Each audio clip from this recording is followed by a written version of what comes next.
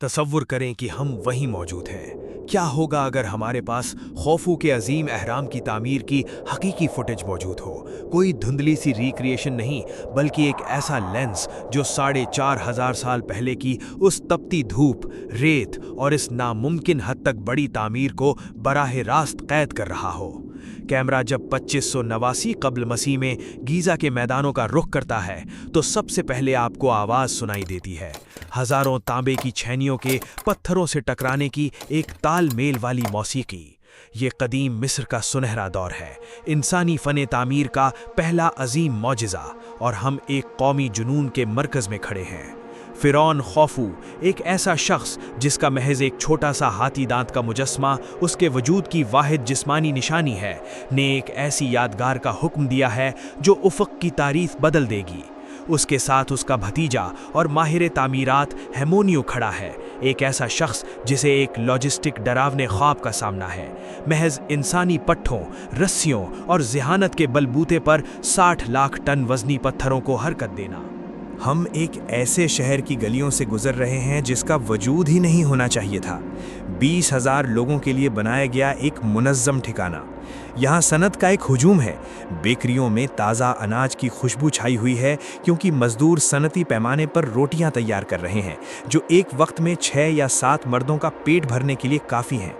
यहाँ उन मजलूम ग़िलामों का कोई निशान नहीं जिनकी कहानियाँ हमें सुनाई गई थीं। इसके बजाय हम मुंतखब गिरोह को देखते हैं, मज़दूरों की ऐसी अशराफिया टीमें जो अपनी मेहनत पर बेपनाह फ़ख्र करती हैं। इन्हें बेहतरीन खुराक दी जाती है। वो अपनी ताकत बरकरार रखने के लिए रोज़ाना सैकड़ों ग्राम गोश्त गाय और भेड़ खाते हैं, ताकि पहाड़ों को हिलाने वाली इस कमर तोड़ मेहनत के काबिल रह सकें। कैमरा मैरर नामी एक शख्स का पीछा करता है। वो एक इंस्पेक्टर है, 40 अशरफिया मल्लाहों का लीडर, और उसकी हाथ से लिखी हुई डायरी, दुनिया का कदीम तरीन पपायरस, हमारा रहनुमा है। हम उसके जहाज़ पर सवार हैं जो तूरा की कानों से गीज़ा की तरफ नील के पानियों पर तैर रहा है। ये दरिया इस मंसूबे की शहरग है, एक कुदरती शाहराह जिसे इंजीनियरों ने अपनी मर्जी के मुताबिक मोड़ दिया है। उन्होंने मसनूई बेसन और नहरें खोद रखी हैं, जैसे कि खूफू के बेसन का रास्ता, जिसने ज़मीन को एक बड़े हाइड्रोलिक लिफ्ट में बदल दिया है। जैसे ही नील का सालाना सैलाब आता है, मैरर की कश्तियाँ, जो चमकते हुए सफ़ेद चूने के पत्थर से लदी हुई हैं, अहराम की बुनियाद से महज चंद 100 मीटर के फासले पर लंगरअंदाज हो सकती हैं। हम देखते हैं कि इन कश्तियों को खोल दिया जाता है। ये कीलों से नहीं जुड़ी हुई, बल्कि किलोमीटर लंबी रस्सियों से सिली हुई हैं, ताकि इन्हें खोलकर सहरा के पार बहीराए अहमर तक ले जाया जा सके, जहां से सीना की कानों से तांबा लाया जा सके। यहाँ तांबा बहुत कीमती है। ये उनके पास मौजूद वाहिद धात है जो नरम है और जल्द घिस जाती है। फिर भी यही वो हथियार हैं जिससे वो दुनिया की शक्ल बदल रहे हैं। हम लोहारों को मुसलसल इन औजारों को तेज करते हुए देखते हैं, और अहराम के साए में उड़ती चिंगारियां इस मेहनत की गवाह हैं। कैमरा ऊपर की तरफ उठता है। अहराम की वुसअत खौफनाक है। हम इसकी बुनियाद पर खड़े हैं जहां पहाड़ी चट्टान को एक बिल्कुल हमवार प्लेटफॉर्म की शक्ल दी गई है, एक ऐसी दुरुस्ती जो पूरे रकबे पर 1 इंच के मामूली हिस्से से भी कम फर्क रखती है। यहाँ कोई कुतुबनमा नहीं है।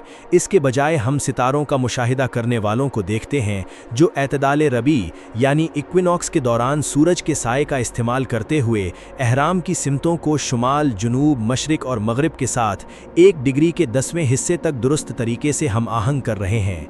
ये महज एक इमारत नहीं है, ये एक मुक़द्दस मशीन है, नूर का पहाड़, जिसे इस तरह बनाया गया है कि बादशाह की रूह अबदियत के लिए सूर्य देवता रा के साथ मिल जाए। कशीदगी उस वक्त बढ़ती है जब हम गीज़ा से 500 मील दूर जुनूब में असवान की ग्रेनाइट कानों की तरफ बढ़ते हैं। यहाँ मजदूर ज़मीन के सबसे सख्त पत्थरों से नबर्द आजमा हैं। वो डोलेराइट के हथौड़ों और रेत मिली तांबे की आरियों का इस्तेमाल करते हुए निहायत तकलीफ़देह तरीके से 80-80 टन वज़नी ब्लॉक्स को अलग कर रहे हैं।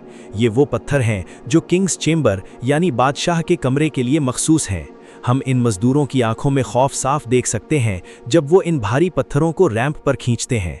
यहाँ पहिए नहीं हैं, वो रेत पर लकड़ी के तख्ते इस्तेमाल करते हैं, और एक शख्स सबसे आगे रेत पर पानी छिड़कता जाता है ताकि रगड़ कम हो जाए और सहरा एक फिसलन वाली राहदारी बन जाए। ये वक्त के खिलाफ एक दौड़ है। अहराम बढ़ रहा है, एक 3D प्रिंट की तरह पत्थर दर पत्थर ऊंचा होता जा रहा है।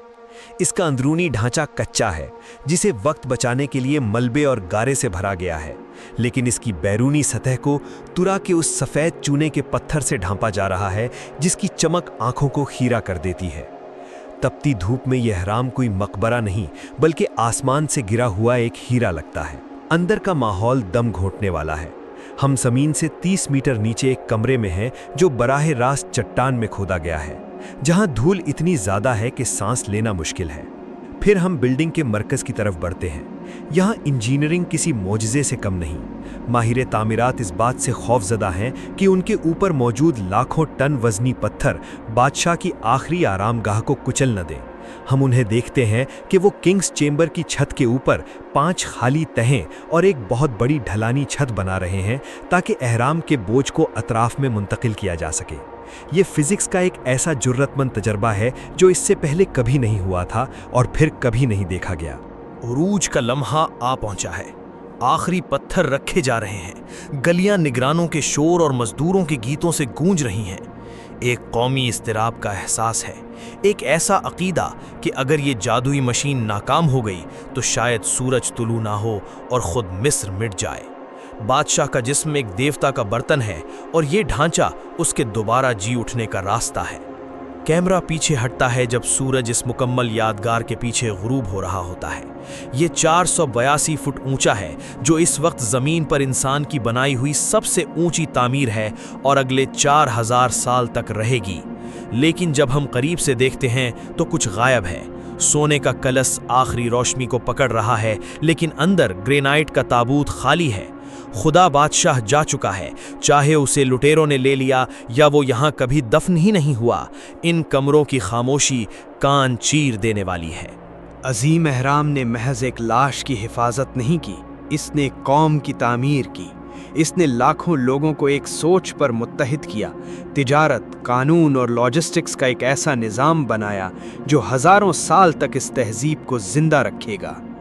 ہم گیزا کے میدانوں کو الوداع کہتے ہیں کیونکہ ہوا اب مزدوروں کے شہر پر ریت ڈال رہی ہے، ان کی زندگیوں کے ثبوتوں کو اگلے 4000 سالوں کے لیے دفن کر رہی ہے۔ یہ یادگار کھڑی ہے، چمکتی ہوئی، سفید اور مکمل، اس وقت کی گواہ تھی جب انسانوں نے ستاروں کو چھونے کا فیصلہ کیا تھا۔ خوفو کا جسم کبھی نہیں ملا، لیکن اس کا نام ان پتھروں میں اور اس تصور میں ہمیشہ زندہ رہے گا کہ جب انسان ناممکن پر یقین کرنے سے انکار کر دے تو وہ کیا کچھ کر گزرنے کی صلاحیت رکھتا ہے۔